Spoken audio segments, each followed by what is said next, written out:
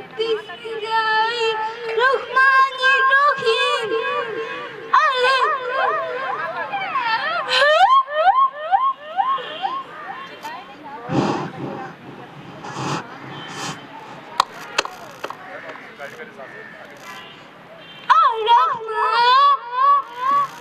अल्लामुल कुरान इंसान अल्लामुल बयान अशम्स वल कमर बिस्बान वन्नजमु बिस्सजदि औलिजी अकल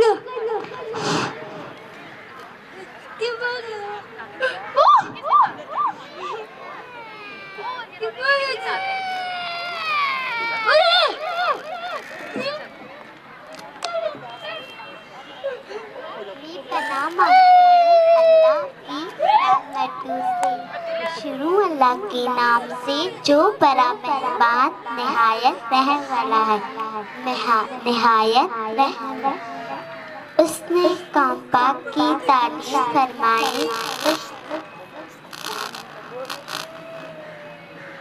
उसने इंसान को पैदा किया।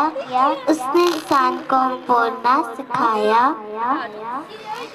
सूरज और चाँद एक मुकर्रर हिसाब से चल रहे हैं। बूटियाँ और दरख्त सजदा कर रहे हैं। I seek refuge in Allah from Shaitan the outcast. In the name of Allah, the most beneficent and merciful, the beneficent hath made known the Quran. He hath created man.